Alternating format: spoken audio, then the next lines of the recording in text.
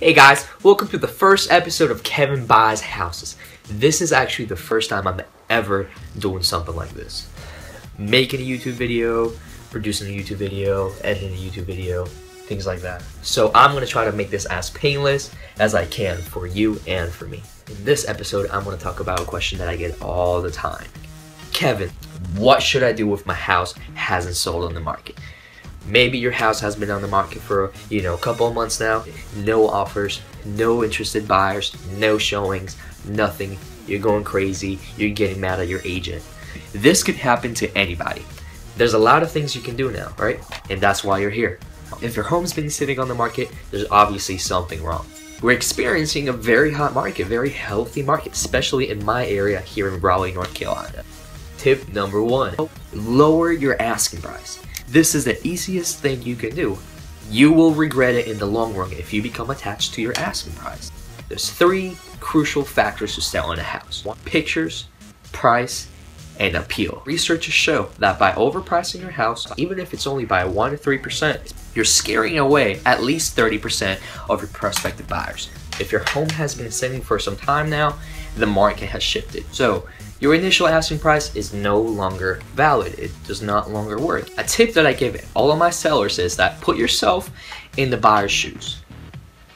Is this house worth whatever you're asking for? If you can't answer that question, then your home is overpriced. There's nothing good that comes from emotionally attaching to that first asking price. Think about it, talk to your agent, get some guidance, and bring that price down. Tip number 2, revamp your advertising. These days, buyers are looking for homes well in advance from when they're looking to buy. I've had clients looking for years before they were able to make their decision. Mix up the advertisement you're currently using right now. If you're only using the MLS, if you're only using, let's say, newspaper, try to get your agent to maybe make a virtual tour of the house, maybe take some new pictures, send it out to his colleagues, you send it out to your network. You want to make sure that all of your advertisement is based off of your home's features.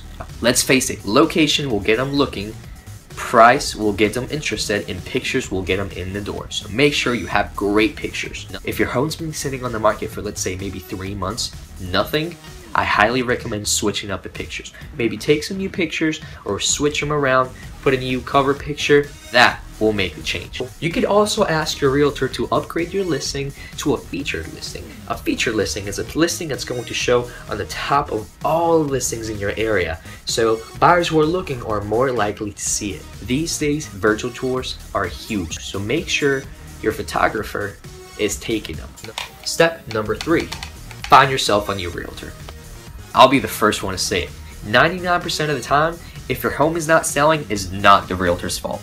If your home was in a good location, well priced, and well advertised, it would sell by itself. But don't get me wrong, sometimes the realtor you will know when your realtor is not doing his job. Trust me. Tip number 4, step out of the market. There's a lot of bad things that could come from sitting on the market if your home is not selling. If your home's been sitting on the market, buyers are gonna think, oh, well, this home's been sitting on the market for some time now, there must be something wrong with it. Besides, buyers will use that time you've been on the market to negotiate against you. Well, your home's been sitting for 95 days now. I'm gonna make you an offer for $100,000 less than your asking price. Also, some buyers will completely block your property out of their search. They'll see it again and again every day when they're looking, and they'll just say, wow, it's the same home again, I'm just going to stop it. They won't even care to look for it. So you don't want to be sitting on the market for too long without doing anything. So make sure you step out for at least a little bit. Breaking point is usually about 3 months. Giving your home a rest could be great for you. Think about it. Step out for maybe a month or so, come back in the market with new advertisement, and kill it. Tip number 5. Stage your home as if it was going on a date. Proper staging is key to selling your home in a hot market. Good staging could be the difference between sitting on the market for 5 months or spending maybe $1,000 to $1,500 and selling your house for $10,000 more in 20 less days. I'm very popular for this. I've been very good at staging. I've got a couple of blog posts about the subject. So make sure you do proper staging. Tip number 6. Contact your trusted local real estate investor. That would be me. As a real estate investor, what I do is I help people just like you if you're watching this video, to sell their house fast. This is people that don't want to deal with realtors, they don't want to make any repairs, they don't want to do any staging, and they don't want to deal with the pain of having their house in the market. Maybe people coming in every day for showings and things like that. Contacting a local real estate investor could put you in a great position. As a real estate investor, what we do is we go into your house without a negative mindset. We don't go in thinking, oh, this home's been sitting on the market for months now, there must be something wrong with it. We're going to see past that. If the numbers make sense, we're going to make you an offer and we're going to alleviate you of your pain. Best thing about selling your house to an investor is that you don't have to make any repairs. You don't even have to stage your home. You don't even have to paint.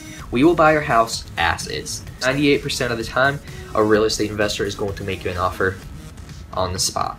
That's right then and there. Or at least that's how I do it.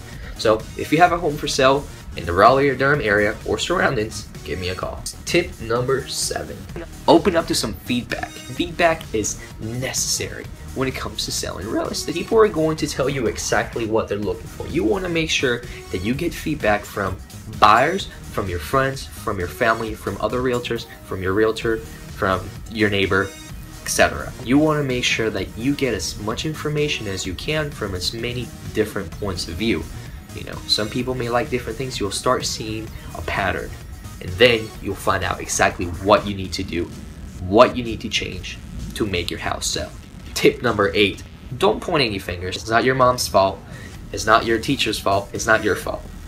If the home is not selling, there's a lot of things that could be wrong, but you can fix this all.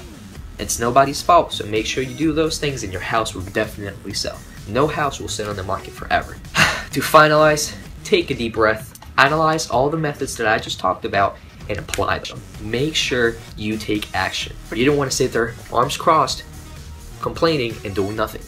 You go out there, take new pictures, get a new realtor, contact me, your trusted real estate investor, revamp your advertisement, or just lower the asking price.